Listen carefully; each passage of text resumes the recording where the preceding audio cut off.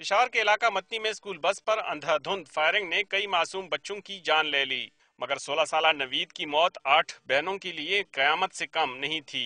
9ویں جماعت کا طالب علم نوید 8 بہنوں کا اکلوتا بھائی تھا، جو وقوع سے قبل ایسی باتیں کرنے لگا تھا جس سے اس کے والدین اس کی موت سے پہلے ہی غمزدہ رہنے لگے تھے۔ میرا بھتیجے کا بیٹا فوت ہو گیا تھا، تو میرے ساتھ ہی وہ قبرستان پہ گئے تھے۔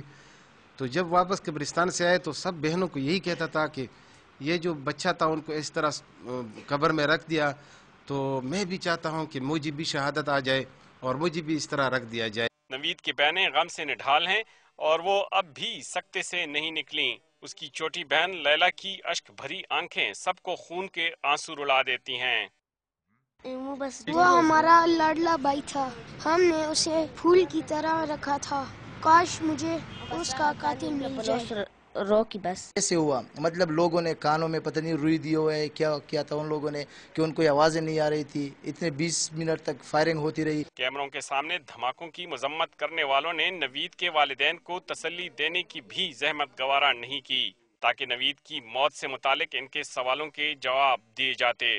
13 ستمبر کی وہ اداس صبح نوید کے ماں باپ اور بہنوں کو اب بھی یاد ہے، جب وہ گھر سے صحیح سلامت نکلے اور پھر ہمیشہ کے لیے دنیا سے کوچ کر گئے۔